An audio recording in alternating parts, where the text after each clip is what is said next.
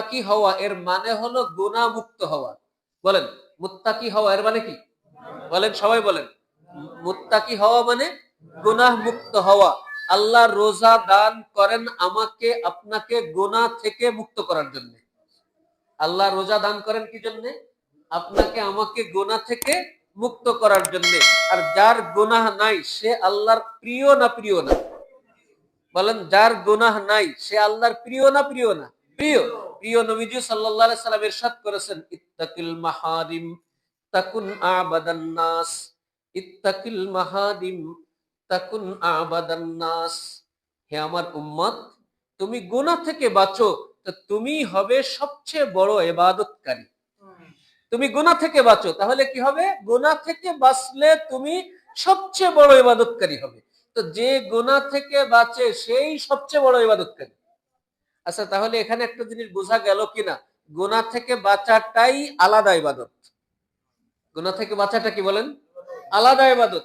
নামাজ ইবাদত, রোজা ইবাদত, সত্য কথা বলা ইবাদত, পর্দা পুশিদা করা ইবাদত, গুনাহ থেকে বাঁচা ইবাদত। আচ্ছা তাহলে বলেন সুদ ছাড়া এটা কি? সুদ খাওয়া কি? গুনাহ। তাহলে সুদ ছাড়া কি হবে? ইবাদত। ঘুষ খাওয়া কি? গুনাহ। তাহলে ঘুষ ছাড়া ইবাদত। বেপরদা চলা গুনাহ, তাহলে বেপরদা না চলা ইবাদত। তাহলে গুনাহ ছাড়া এটা ইবাদত। ইত্তাকিল মাহারিম, গুনাহ ছাড়ো। তুমি গুনাহ ছাড়ো, ছাড়লে কি হবে? তুমি শুধু ইবাদতকারী হবে না, সবচেয়ে বড় ইবাদতকারী হবে। সবচেয়ে বড় ইবাদতকারী হবে, সবচেয়ে বেশি ইবাদতকারী হবে। তুমি সবচেয়ে বেশি ইবাদতকারী হবে, সবচেয়ে বড় ইবাদতকারী হবে যদি গুনাহ ছাড়ো। যদি গুনাহ ছাড়ো।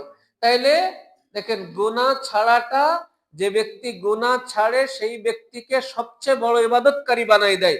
আর আল্লাহ তাআলা রমজান দিছেনই গুনাহ থেকে মুক্ত করার জন্য। রমজান দিছেনই গুনাহ থেকে মুক্ত করার জন্য। তো যে রমজান পাবে আর নিজেকে গুনাহ থেকে মুক্ত করতে পারবে সে বড় ইবাদতকারী হয়ে যাবে, আল্লাহ তাআলার প্রিয় হয়ে যাবে। সে আল্লাহ তাআলার প্রিয় হয়ে যাবে। তাহলে রমজান আল্লাহ তাআলার প্রিয় হওয়ার মৌসুম। রমজান আল্লাহ তাআলার প্রিয় হওয়ার মৌসুম। ইসলামের কথা বলে।